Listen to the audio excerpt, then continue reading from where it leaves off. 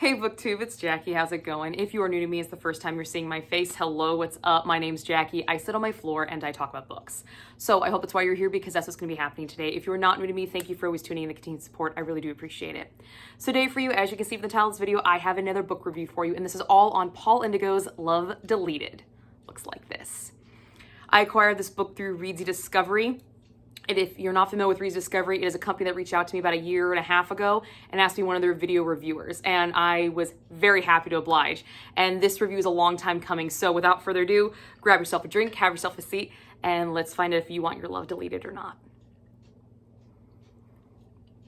Okay, so like I said, this is Love Deleted by Paul Indigo, and I found it through Reads Discovery. A few stats on this book before we get started. This is a standalone and it was labeled as women's fiction. But I also want to mention that there is a romance in this, almost like a very extenuated second chance romance. So if you're looking for romance in kind of a unique format, this is definitely something for you as well. We do have some triggers for this. Triggers for depression with suicidal thoughts, cheating, and an experimental neuroscience. Yes, you heard me right. Experimental neuroscience. Yeah, this one gets really technical and it's a good time. It's a good time. So why did I choose this book? I straight up chose this book because when I read the synopsis, it reminded me of the 2004 released film Eternal Sunshine of the Spotless Mind starring Jim Carrey and Kate Winslet. It looks like this. If you have not seen it, I highly recommend go watching it. It's a great time.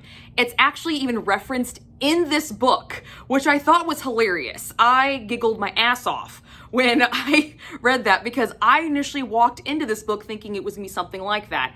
And the author promptly informed me it was not. It was not. And it's not. But it does reference it, the film title as well, and it is along kind of the same premise with a much more unique perspective of it. So that is originally why I chose this book, because that's a favorite film of mine. So I thought, what the hell, why not? And I also really enjoyed this cover. Now it is shown with a different cover on Goodreads. This is the cover that it was shown with when I picked off at Reads Discovery. So the new cover looks like this. So if you see these are the same book. So here's the summary that I was directly provided by Reads Discovery. I have not edited this. I have not taken this out. This is exactly what I was provided that hooked me and reminded me of Eternal Sunshine of the Spotless Mind. So here we go. Are you sure you want to race your love? This is an impossible love story. Cooper came home unexpectedly early that day, the day her world collapsed, the day she heard things she shouldn't have, saw things she shouldn't have. Now Cooper's running away, driving recklessly, blindly, a broken heart spiraling out of control after returning home to an earth-shattering scene. Then Cooper discovers the website, speaks to the doctors. Can they help her? Can they give her the treatment she desperately needs? Yes, they can. They can do something mind-blowing. They can surgically erase her love for her husband, Jethro. Only what appears to be the perfect solution sets off a devastating chain of events, not only for Jethro and herself, but one also involving their teenage son Daniel in ways she can't imagine. A life-shattering moment, a rash decision, an easy solution. This isn't just a love story. Not when a heart isn't just broken, it's irreversibly silenced. This is an impossible love story. Yeah, that fucking hooked me. That fucking hooked me, and I was like, sign me the fuck up. I immediately picked this book because I was like, I have to read this. Just what that is implying to me, I thought was fantastic. I was just down for it. Let's go. This is a great synopsis of what this book is. It gives you just enough to whet your appetite, but at the same time doesn't really give you anything. And when you read the book, you understand that. But it gives you just enough to kind of get your mind sort of wrapped around this concept of deleting memories, which just is mind-blowing concept in and of itself. So I really, really enjoyed this summary. I thought it was spot on and I thought it was great. So before we get into this, a few definitions. We are going to be referencing something called optogenics. And I'm going to read you directly from the book, the fact sheet that the author has included about optogenics, because I did not research this scientific element. I just went with what the author was saying. Optogenics is the ability to control the brain using genetics to turn on or off targeted neurons with fiber optic light to manipulate thoughts, feelings, and actions. It is a genuine science. In 2005, Carl Deiseroff, MD, PhD, I hope I said that name right, a Lasker Award-winning professor of psychiatry and behavioral sciences and bioengineering at Stanford University, together with his colleagues, published a paper in Nature on his findings. Since then, more and more funding has piled into optogenic research for its practical use. One such clinical application could cure a multitude of psychological illnesses through the adaptation of what is effectively a light-sensitive programmable brain.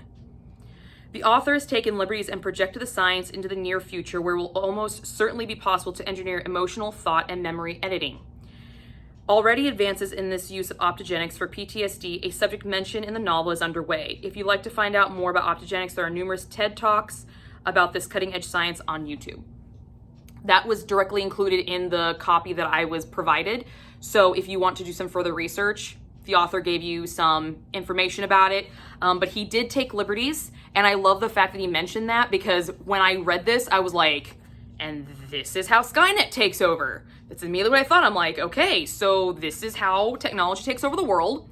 Awesome, but it is an author liberty on the already existing science of optogenics. So I wanted to make that reference so you guys were aware of that, that this is based off of real science, but the author has used his liberties to kind of extend where he believes it's going to be going in the future. So I usually don't do this, but there's a spoiler warning. There is absolutely no way I can talk about majority of this book without spoiling a big ass moment in this story. So if what I've told you already is kind of whetting your appetite and kind of get you interested, stop this, go read the book. You won't regret it. Straight up and down, you won't fucking regret it. But for me to actually flesh this out the way that I like to do it, I will be spoiling this story. So I just want to preface that for you. I don't mind spoilers, because what is a spoiler to me might not be spoiler to somebody else, but there is a big pinnacle twist in this story that it will get spoiled. So I just want to make that clear to you guys, that if you want to read this book spoiler free, now is the time to stop.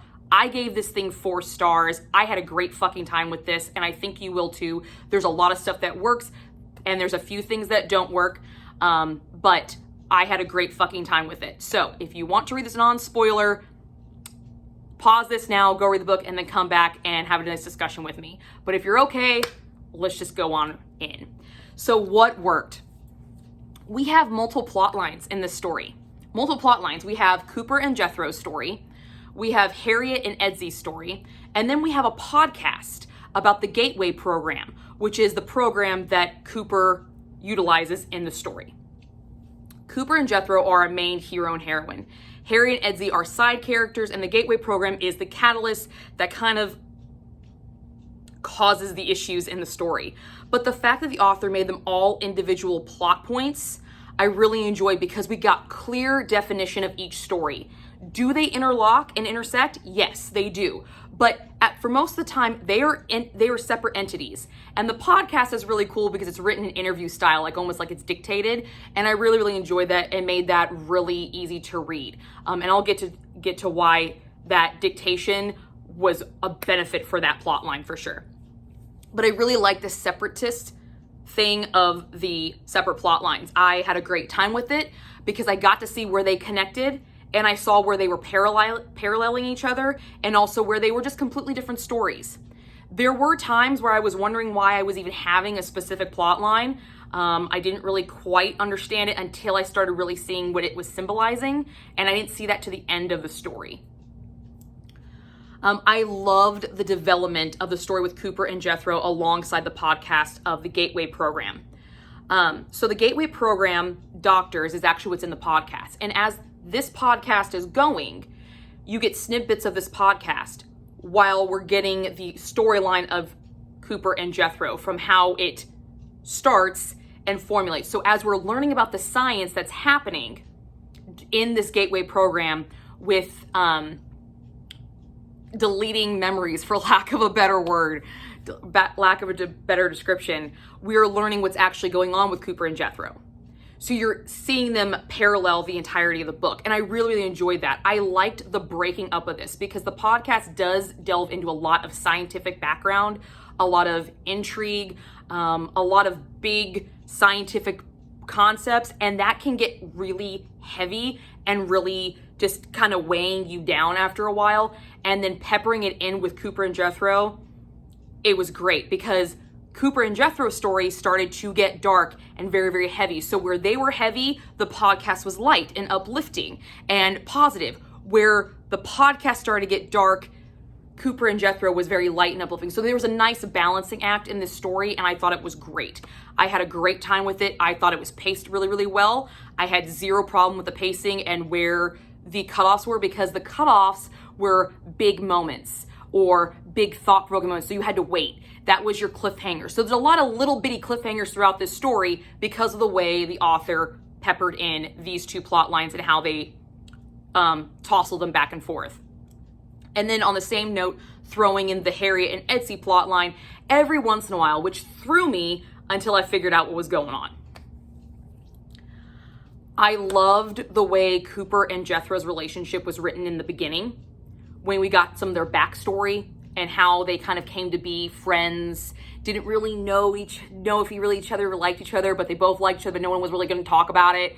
I liked that dynamic, this childhood sweetheart, been together for years, knowing each other inside and out. I love the way the relationship was written for their backstory. I loved the way their relationship was written after the act happened. That was really what threw me, is I still loved their interaction. I thought it was genuine. If this really had happened, I felt like this shit would have been genuinely discussed this way and handled this way based off the character dynamics that we were given for our characters. Cooper is at the time I would say like an audio fine-tunist.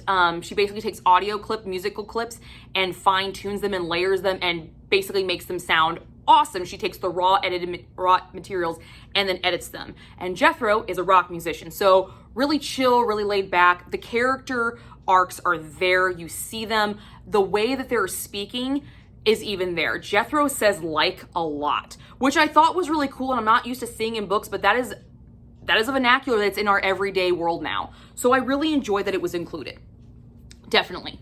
But when we saw their relationship after the event occurs, I loved the way they interacted because it felt real. If this was actually happening, I felt this interaction would have been real. When they started for their kind of second chance attempt, I thought it worked really, really well because we still had this tug and pull of what's really going on, who's really feeling what, who's not feeling what. This muddled confusion worked for the story at the point that this relationship was at. And I thought it was really, really well done. And at the very end, I love the ending relationship that I was left with. I was a little worried. That I was not going to get an HEA, but we do get an HEA in the story, and it's a very unique form of an HEA, and I really, really appreciated it. So every single area of the relationship that we saw with Cooper and Jethro was handled really, really well, and I thought was done very, very well. I had a great time with them. Now, which brings me to Harriet and Etsy. They're the third plot line that, for a long time, I had no fucking idea why they were there. I knew in the beginning why Harriet was there because Harriet is Cooper's sister. And I got in the beginning scenes, the trauma, her taking care of her sister after the event, after she sees what she sees. I get it. I understood that. But I didn't quite understand once the break happened why we kept going back to Etsy and Harriet. I just didn't get why we kept going back to them until their storyline started to flesh out. Etsy cannot have children, and Harriet wants a child, and neither one of them have really communicated the idea of adoption. They both feel it internally, but they're not talking. And they, for all intents and purposes, are a perfect couple. They're cute. They still call each other husband and wife after years of being together. They're successful. They both together have grown his mechanic business exponentially to have something like 7 or 9 garages, I think, something like that. And they're still expounding. They are a power couple, but they have the issue of not being able to have children, and neither one of them is really talking about it, and it is a burden on their relationship. And knowing this and seeing it side by side with Harriet and Cooper and Jethro's, which for all intents and purposes was a perfect relationship as well. Childhood sweethearts, they knew each other inside and out. The fire was there. But this instance happened and Cooper jumps to do this thing that completely shatters this. So seeing the shatter compared to the we know something's wrong, but we're just not talking about it, and how they both progress was a really unique experience. That's how I took Harriet and Edsy's relationship being incorporated into the story. They were supposed to be a parallel, so you could see if someone hadn't made the decision that Cooper had made, this is what would happen. That, yes, you still would have been together, but you would have been suffering in silence until the conclusion of their storyline. So I really enjoyed seeing that parallel through the story. But for a long time, I didn't understand why Harriet and Edsy mattered. So that was a little off-putting, but once I saw that comparison, I started to enjoy them. And I did enjoy their storyline for their storyline. Their storyline is great. It's just, I didn't understand why it was there until I really started delving in and digging in and started really seeing the comparisons to them. There is a component in the story that really pissed me off in the beginning, and then as I started realizing what this story was actually about and what was really going on with the science of this optogenics and the component that the author has added. So it's like I think it's fluorogenics, I think is what they called it. After that happens, this style of writing that the author was using started to make so much more sense. But in the beginning, it bothered me. It did. There is an intense detail. I love detail. I love it. But this is intense, single actions. I mean, we got detailing in making the most mundane scenes of making tea, getting into a car, Cooper's audio fixing. There's one scene of her literally breaking down every single layer, and you are getting line by line, step by step, every single action. And it got kind of annoying until I realized why. There's a part in this story during one of the podcasts that they start explaining that the brain, when we access a memory, essentially is what we're doing is accessing a photocopy of that memory. That's why if you keep accessing it over and over and over again over years, minor things start to change. Because if you make a photocopy of a photocopy of a photocopy, it starts to fade and you start to lose some of that detail. So all of these highly detailed moments focuses the reader on these tasks, these simple tasks that are going on while these big concepts are wrapped around it. So it gives your mind something to hardcore focus on. And it's the details of the memories that we're supposed to hold on to for this couple.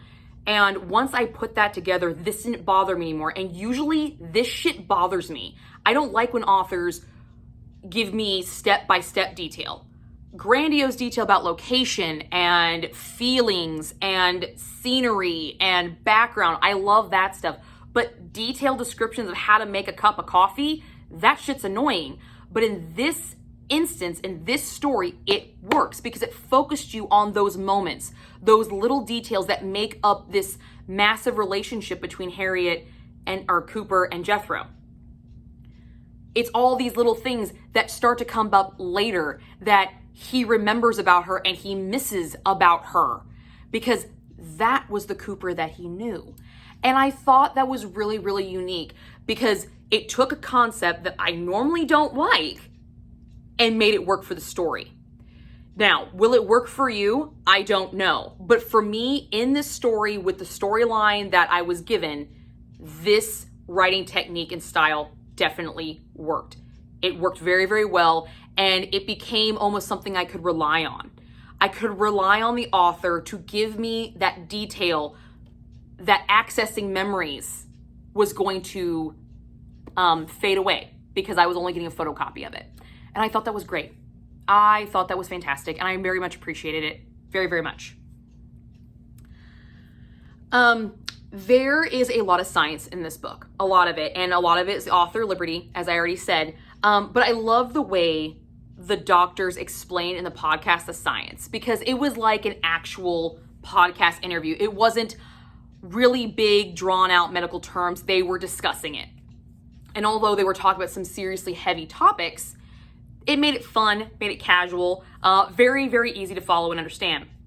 But I loved how they explained what the Gateway program does. So after they explained that the brain, when they access a memory, they're actually accessing a photocopy of that memory. When they were explaining that they weren't deleting the memory, what they were deleting was the emotion attached to said memory. And the way they did this is every memory is attached with an avatar. And everybody has that fight or flight response, but there's other responses, friend or freeze. So fight, flight, freeze, or friend. And you have, in any time you encounter somebody, according to the science in the book that the doctors are talking about, your brain automatically goes through these four choices when you encounter somebody. So when I see my husband, my brain automatically goes through this and knows he's a friend. He's fine. I don't have to react. But it's so quick and it's so just auto-based that I don't even realize I'm doing it. I realize I'm doing it when I meet a stranger or I walk into a room with people I don't fucking know.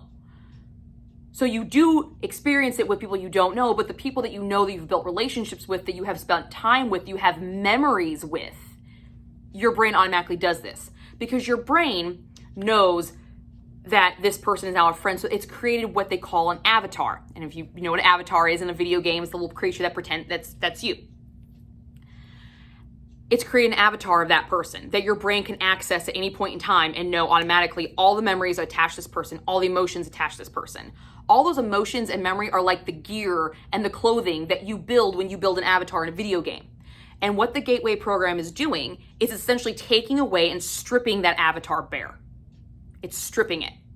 But it doesn't strip the memory. So it doesn't strip the accessories that goes with it. Just what the accessories do. So you no longer have the feelings attached to the memories, but you still have the memories of that person. So when Cooper goes through the Gateway program and essentially deletes Jethro, she still recognizes Jethro as a friend. She still recognizes him as her husband. She still recognizes all the memories that they built together, but there's no emotional attachment to them anymore. They are essentially just memories from a memory bank as walking down a hallway. There's no emotional pull. There's nothing for our heart to palpitate to. There's no connections to where our feelings are formed in the brain versus where our memories are formed in the brain. Those connective routes have been disconnected. And that's what the Gateway program did for Cooper. And I really liked the way they explained it. And the way the author explained it in the book made it very easy to understand. And I hope I did it justice. I really hope I did, because there was a lot of it and it's peppered again throughout the book. You get most of that in bits and pieces and then you had to put it together. If he had put it all in one big foul swoop, I think it would have been quite boring. So the way he gave us little bits and pieces was fantastic. I thought it was great. It gave you enough to comprehend, break down, understand, and then move on. And then gave you some more to add on to it, to layer it up. So I thought it was fantastic. And I found it a really unique concept. I remember sitting there talking to my husband, like, this is like the coolest idea ever. Like, that's kind of fucking dope. I think that's amazing. Until I realized what it actually entailed. Because in this story, there is a twist that I did not fucking see coming. Holy shit, stopped what I was reading and I was like, what the absolute fuck? No. Oh my God.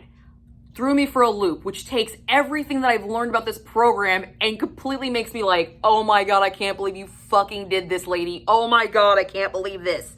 No, how is the author gonna fix this? I mean, seriously, how are you gonna fix it? And then he makes it almost impossible to fucking fix because the treatment is irreversible.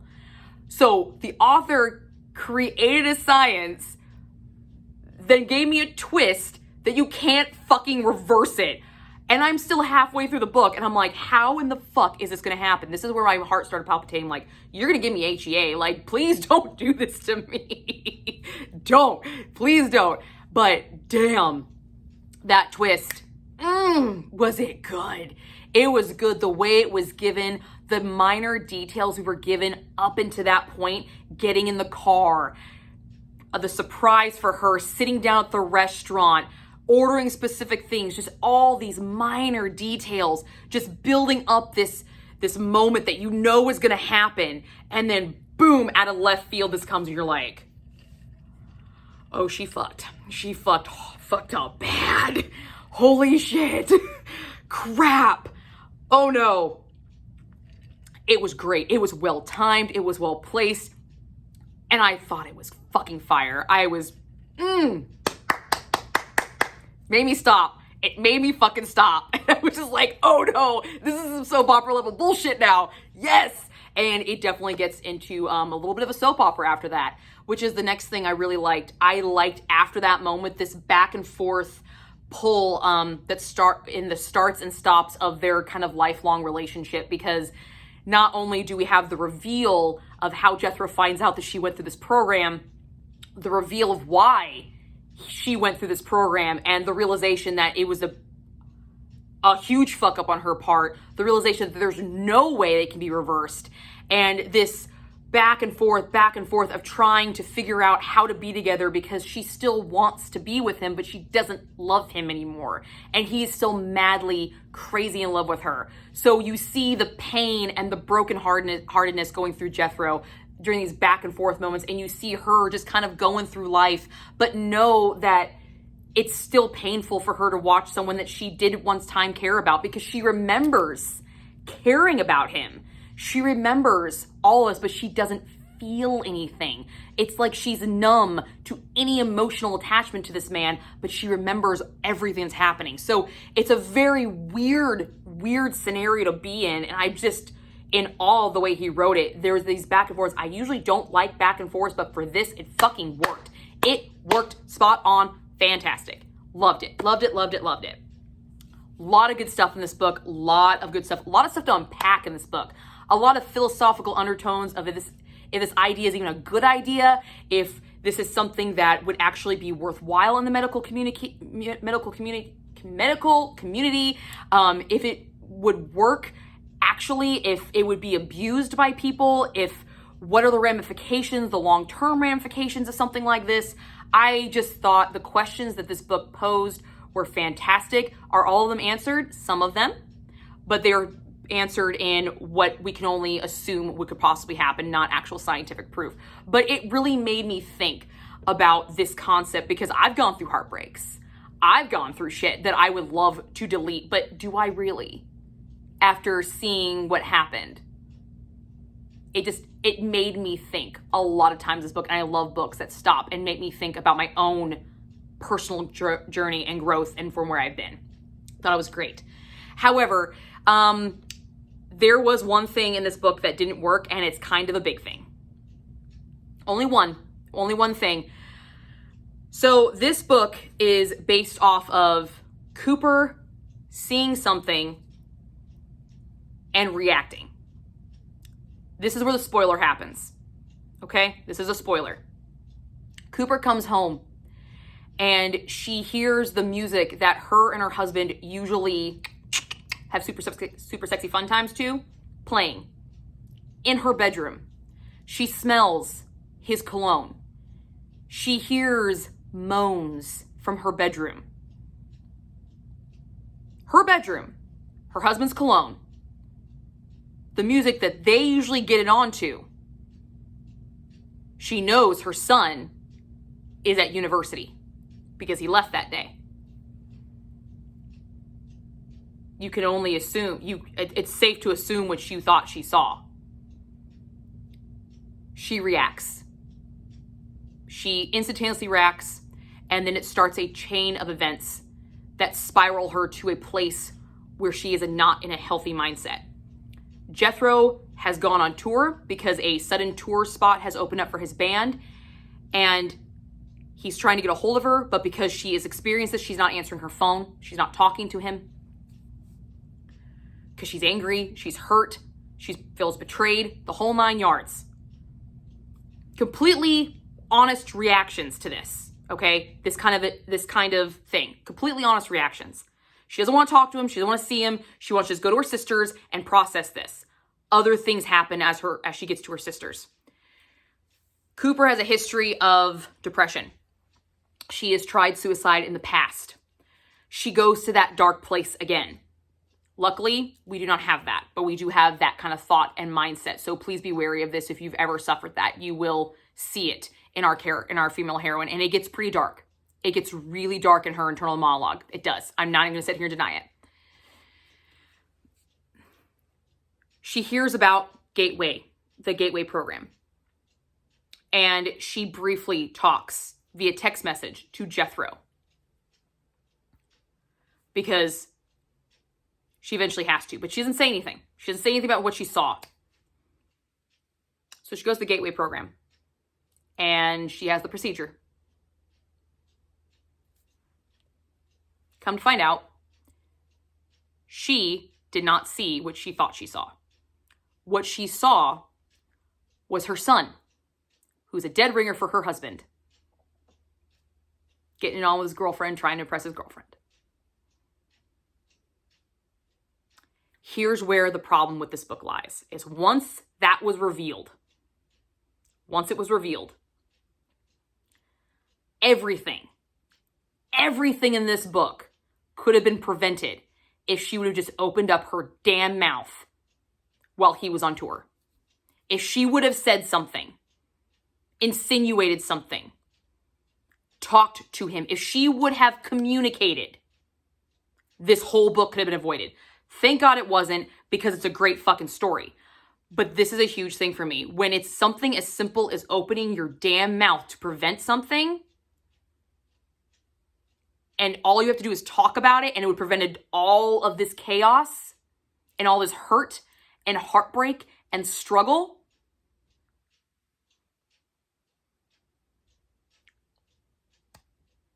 That's just annoying, because it's a simple fix. All of this pain could have been avoided. All of this turmoil could have been avoided. All of this misunderstanding could have been avoided if she would have opened her mouth. And that bothered me. And that is the only reason this book did not get 5 stars from me, was because of that. That was the only reason. Because I am a fan of talking. I like to talk a lot, if you've not noticed. I like to talk a lot. And I really don't like lack of communication when the whole book is based off of the fact that there was no communication. If she would have said something, even alluded to, you're on tour, but I just saw you at the house. He would have said, I'm not at the house. I'm so-and-so. I'm over here. She automatically assumed the worst because of her background, which is completely normal because of the background that she had. And I'm not trying to invalidate anything that she went through. But she's been married to this man for 20 years at this point. And she immediately jumped to the fact that he played her and he used her and he cheated on her.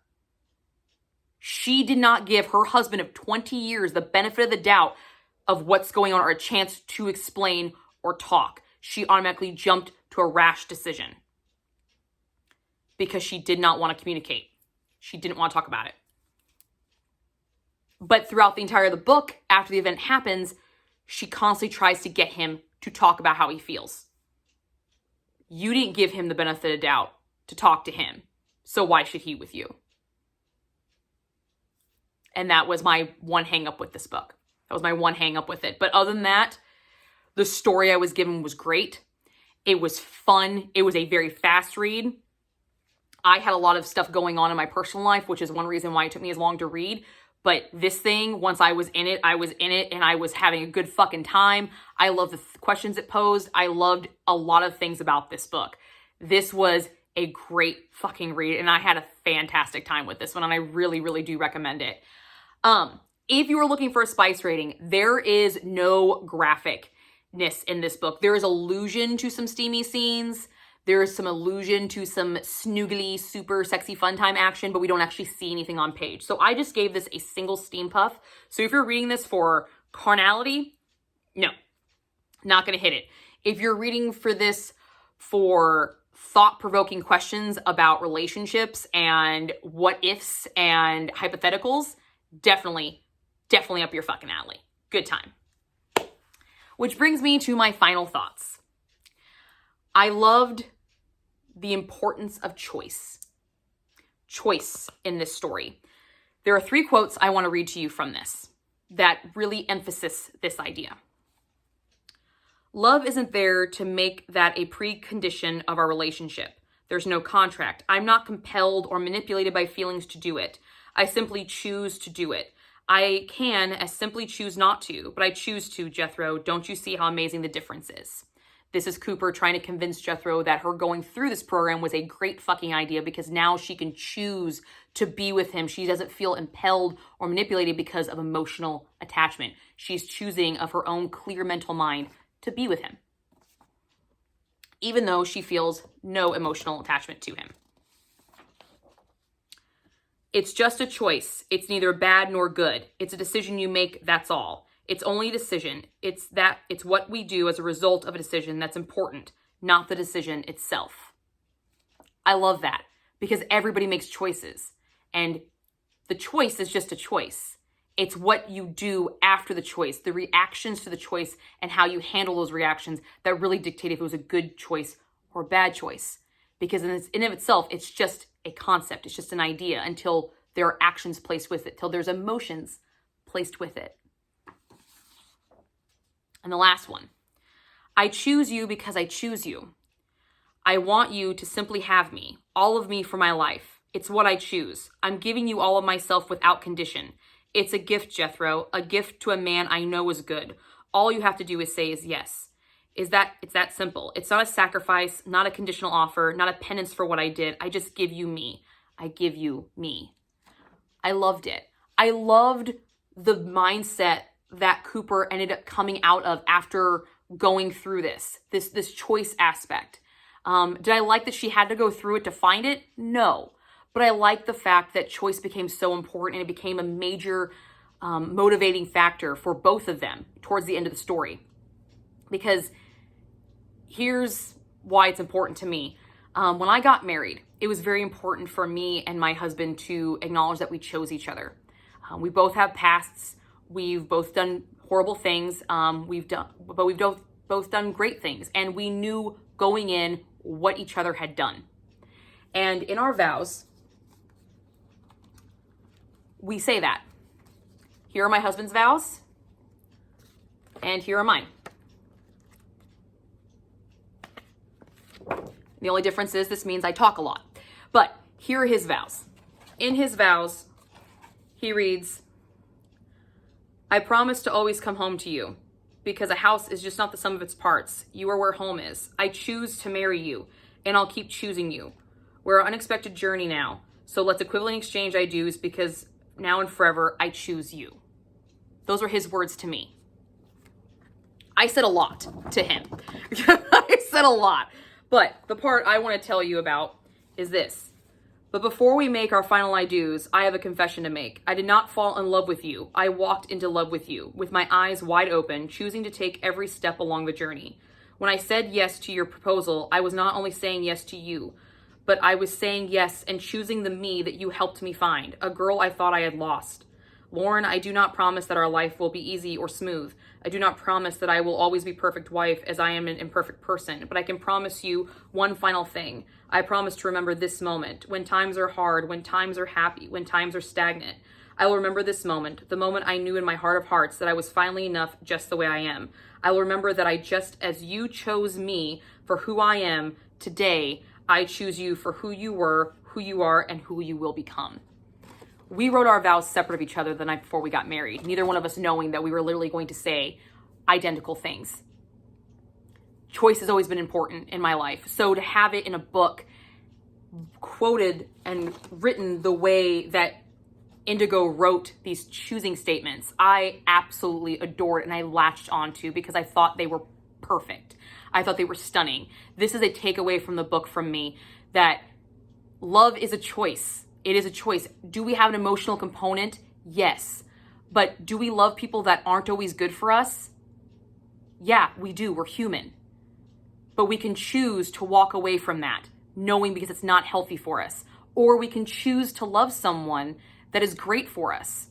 Or we can choose just to be around someone that makes it a positive impact in our life and helps kind of bring out the best version of ourselves. I loved that he did this in this story. I absolutely fucking adored it. And the last takeaway, I love the final message of the story, that love always finds a way. At the very end of the story, Jethro meets up with Cooper and he tells her, do you remember the paved road? How we put cement over all those weeds because they kept coming back? And she said, yes. Well, they came back through the cement, through the paving stones. They're weeds. They found a way. And she goes crazy because love will find a way.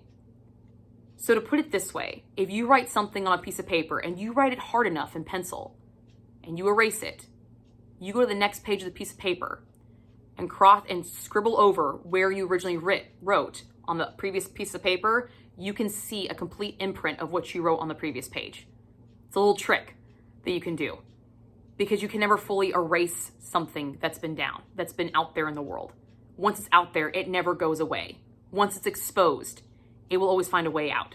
And love, being one of the most powerful forces on the face of the planet, it's invisible, but it can literally move mountains, will always find its way because it can't really be erased or deleted. It just finds a new way to exist in the world that you forced it in. That's my review of Paul Indigo's Love Deleted. And to Mr. Indigo, thank you for this story. This was such a treat and I had such a good time with it. This thing made me think about my own past, my own relationship. Made me wonder if this actually existed, if I would take advantage of it. But coming from a historical background, my degree is in history, and being a firm advocate of you need to know where you've been to know where you're going, I don't know if I could actually take advantage of a program like this, because those emotional attachments, those memories, those are the teachable moments. Those are the things that taught me to watch out for myself and taught me to look for, and I eventually found it in my husband. So if this actually existed, I don't know if I would take advantage of it, even for the bad memories and the traumatic ones, because they help build a person, they help develop a person. And I saw with Cooper that even though she was at peace of mind, she wasn't quite the same, but she did become a new, better version. So it makes me wonder if this actually existed, if that's how it would work. So thank you for posing this question in this story and the way you did it. I thought it was fantastic, and I hope you enjoyed this, and I look forward to more of your work. That's all I have for you guys today, and I will see you guys all soon with another video. Bye, guys.